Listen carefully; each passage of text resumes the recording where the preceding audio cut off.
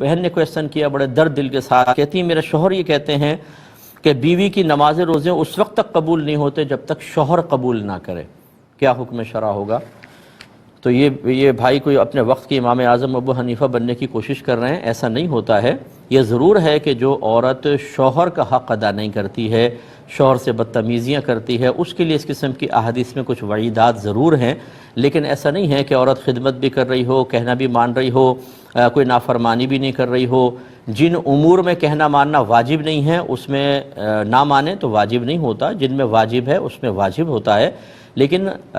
جب ایک شریف عورت ہے، کہنا بھی مان رہی ہے، پھر شوہر زبردستی اپنی کچھ باتیں منوانے کے لیے اس طرح کی دھمکیاں دے کر کہے، یہ شرعاً بالکل غلط ہے۔ اور ہم بارہا آپ کو سمجھا چکے ہیں کہ حقوق اور فرائض یہ شریعت نے متعین کر دیے ہیں۔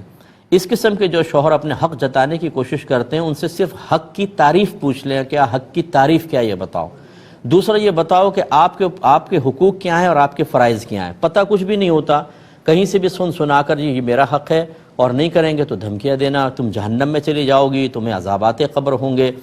اگر عورت نافرمان ہو پھر تو چلیں اس کو ایک اچھے انداز سے اس کو سمجھانے کے لیے یہ بات کہہ دی جائے تو الگ بات ہے کہ خوف خدا پیدا ہو اور نافرمانی سے محفوظ ہو۔ ایک بیوی پہلے ہی مطیع و فرما بردار ہو اور آپ اسے دبائے چلے جائیں، اس کے خوف خدا سے ناجائز فائدہ اٹھائیں کہ وہ بیچاری کانپتی رہے، گھبراتی رہے اور آپ کی جائز و ناجائز خواہشات پوری کرتے رہے، یہ شرعاً جائز نہیں ہوتا۔ تو ہم نے آپ کو سمجھایا کہ جو اس طرح غلط فتویٰ دیتے ہیں، غلط چیز کو بیان کر کے اس کو اللہ اور رسول کی طرف منسوب کر دیتے ہیں، نبی کریم صلی اللہ علیہ وسلم نے ایسے لوگوں کے بارے میں فرمایا کہ جو بغیر علم کے فتویٰ دے اس پر زمین و آسمان کے فرشتے لعنت کرتے ہیں۔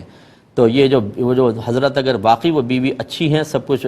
مطیعہ ہیں، فرما بردار ہیں، اس کے باوجود ایسی باتیں کہہ رہے ہیں تو وہ غلط حکم بیان کر رہے ہیں، اللہ اس کے رسول کی طرف جھوٹ منسوب کر رہے ہیں۔ اب بیوی نہیں، ان کے بارے میں خطرہ ہوگا کہ آخرت میں وہ قابل گرفت ہو سکتے ہیں۔